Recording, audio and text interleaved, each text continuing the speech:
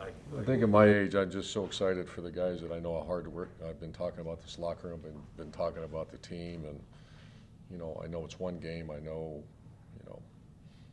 I just know I love these players, and it was great to see their faces after that game. Our quarterback, our line, we were down 3 offensive linemen. Our 2 captains didn't play, Linder and Miles, in NFL. That's the way it is. A lot of guys are hurt.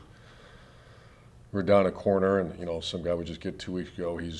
Makes an interception. A kicker we just got a week ago. He makes 2 50-yard field goals to win the game. And I just saw guys like Cam Robinson and Josh Allen. A lot of people invested a lot into this organization. It was just great to see that. I stared at them. I just really enjoyed watching them. Was that more of a relief to not lose than it was a celebration to win? No, it was a celebration to win. We're not at that point yet.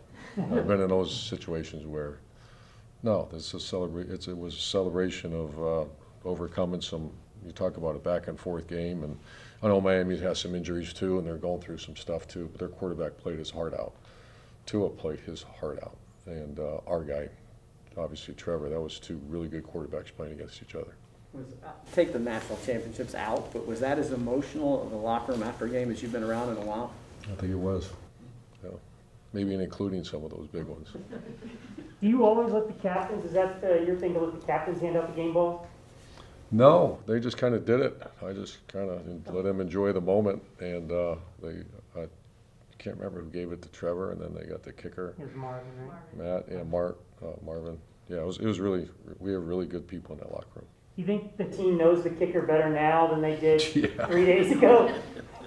I'm telling you, that's the first time I think I ever heard him spoke after the game, and I had to make him speak louder because no one could hear what he said. But he thumped that I just got done watching it again. He had a nice draw on the first 54-yarder, and then he thumped the game winner. There's some professional golfers who would like that draw. Yeah, That thing was ridiculous. Have you seen somebody put in that kind of a position before? I mean, just to be in that much pressure, never kicked a field goal that long. I mean, that's a pretty rare position for a kid to be in. And the guy that showed up here, I honestly remember seeing him walking down the hallway and remembered, who was that again? And now everybody knows who Matt is. Do you have an injury update? I know obviously with the bye, a lot of things are being assessed, but I know Ben Barch went down with a concussion and a couple of the others. Yeah, Barr should be fine. Tyson's going to be back. Miles Jack will be back. The 2 that won't are AJ Can still. 3 won't. AJ Can, DJ Shark, and Linder are still not ready to go. But everybody else, I'm thinking, aimed right there. I think pretty else is good. All Tufele, yeah. Broke his hand in pregame warm-up, and so we're not sure if he's going to have surgery or there'll be a cast or a surgery for a few weeks. How did that happen? Yeah, I don't even. They said he was just going against each other in pregame warm-up and broke a bone. Urban, how many times do you think you've practiced the slide play, the slider play? I think we practiced. That's more than I've ever done that myself personally. We started that all the way back into OTAs,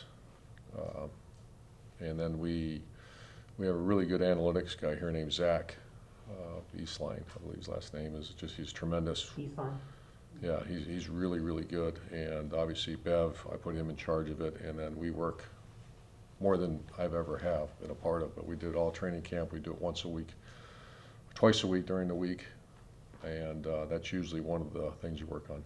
As you mentioned, obviously no Miles when you guys were over there. What did you see out of the linebacking core? And then obviously midway through, we saw a lot more of Shaq, Chappelle Russell. What did you see out of them? Yeah, we're giving up too many big plays. We're playing more zone than we had planned, just with injuries and some thoughts of defense. And so we're still giving away that second level. We're not getting up depth, and we're gonna work hard on that this week actually. But I saw Deuce or Chappelle Russell come in, and boy did he play hard. Shaq played hard, and Dakota, all 3 of them played really, really hard. And they're not Miles Jack yet, but I'm glad we have them. What's your bye week schedule and anticipation look like? What are your expectations? Today their days off. Tomorrow is going to be some young guys that didn't play in the game will go out and get a little extra work, and then the old guys, the guys that played, will just lift and get rejuvened. And we have a team meeting, watch all the videotape, and then we come back and probably, I'm not finalized. I'll meet with some of the leaders. I'm looking for get out there, run around a little bit on Wednesday, and then they're off the rest of the week. Is it safe to assume Josh Lambo is now on insurance policy moving forward? Yeah, we're gonna actually meet on today, roster whatever movements we have, and but obviously Matt's earned the right to be the starting kicker right now. How did Shatley play for you, and what kind of a luxury is that to have a guy who can snap with that level of experience? Yeah, he was a guy when we got him back through the whole free agency and all that this year. Everybody loves the guy. He's a guy that is not that big a drop off from Brandon. You know, obviously Brandon's our starter, but Shat played pretty good.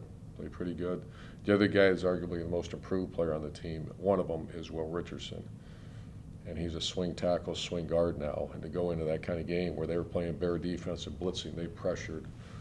That was the most pressure we've seen all year.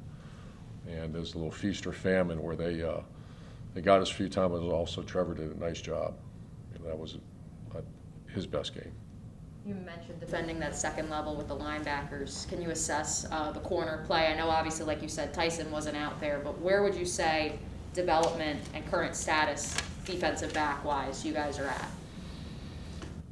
Not exactly where we need to be. You know, I think Shaq's playing pretty well. I think Ray Jenkins is playing good. Wingard has got, I believe, co-player of the game. Had a lot of tackles, had a lot of production, and then Lawson, the other guy, number 21, Nevin, had a great interception play. We're playing more zone now. We started this season, we're going to be man this, and we just, for the right reasons, we were getting picked and rubbed, and a lot of things were happening.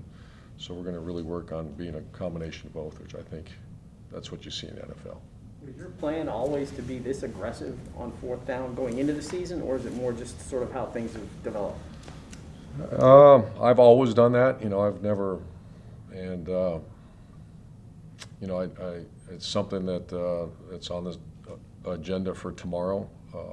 Short yardage. You know, that's 3 big misses we've had. Fourth and 3 fourths and 1, 2 on the goal line, and then the one yesterday. And you know, I'm going to have to self-check myself too and say, is that the right thing to do? You know, that's just always been a, you know, when you're talking about that far to go in a game, go in the game, and we got to first evaluate if that's the right call. Second, about what are the actual play calls we're doing. But it's in your nature to kind of be more aggressive anyway with that, right? So It you has say been, but self-check it's also got yourself. to be smart. You know, I'm not saying I'm not second guess myself because that's part of the game, but got to just make sure we're doing the right things. Trevor aside, do you feel like you're getting enough out of your rookie class, and maybe can you use the bye week to try to get more out of those guys? Cisco's getting very close. He'd be the next one. Walker Little just takes a little bit of a time, but we're really happy with him. He's going to be a good player in the NFL. George loves him, and obviously Travis Etienne, Tyson Campbell's a starting corner for us. Jay Tufele, the reason we activated him, he really was coming on, and then he gets hurt. Trying to think who else we have. And then Jordan Smith is still a work in progress right now. Oh, Luke Farrell's, yeah, he's what we thought, maybe a little better. Was Tate and Brian injured? I mean, why he was on there? I was no, I wasn't injured. It was Jay Tufele just had a really 3 or 4 weeks of really good practice. I want to see, and he got in a game. I want to say the Titans game and played well. We got a chance to see your post-game speech for the first time. You talked about the 904, the dream and the vision for this place. We've seen some of that starting to take shape with getting passed through. Can you just take us through what you think this place will look like in 1 year, 2 year, 10 years? I'm a big dreamer, and I believe that this should be one of the destination places in the NFL. I really do. This area is unbelievable. It's this stadium is fantastic. There's a lot of narrative out there that I don't believe, and I believe players will want to be here, especially when we build this place up the way we're going to build it. It's obviously in the state of Florida, and you got the ridiculous fans here that want to win so bad, and we got an owner that's I think, and you got a quarterback. So we're going to get this thing going. Kind of building off that, pun intended, I know you said to JP on the radio show last week that you had a conversation with Trevor about what else can we do to help you. I'm just curious if you're able to share a little bit of what else do you and Trevor see that this franchise and this team needs moving forward? A lot of things. I mean, it's, it's a work in progress. It's something that I think when you see his development, I think his involvement in everything is going to be important for me. That's how much I trust him already. And then a lot of it's, because here's a spread quarterback that's never turned his back to the ball growing up. Now you're under center and you do this, that's a completely, and my former quarterbacks have told me, Joe Burrow told me that, when you turn your back to the ball and then all of a sudden the defense is different. But it's also good career-wise. You don't want to have a guy sitting in shotgun and being a spread quarterback for longevity of career, but it's also let him play a little bit. And so those are a lot of the conversations we have. Is Anthony Schlegel in trouble with you for not taking care of the guy that ran on the field like you did before? I had to actually meet with him about I thought he broke the guy's shoulder when he did it. Did you see the guy come on the field, or were you? Yeah, I saw it. I started walking the other way. Logan Cook looked like he bowed up on him a little bit. Really? Yeah, I'll show you some photos, yeah. Pretty impressive. Logan Cook's a tough guy. He's big too, yeah. By the way, Logan Cook had a beautiful son, Cooper Cook, beautiful family.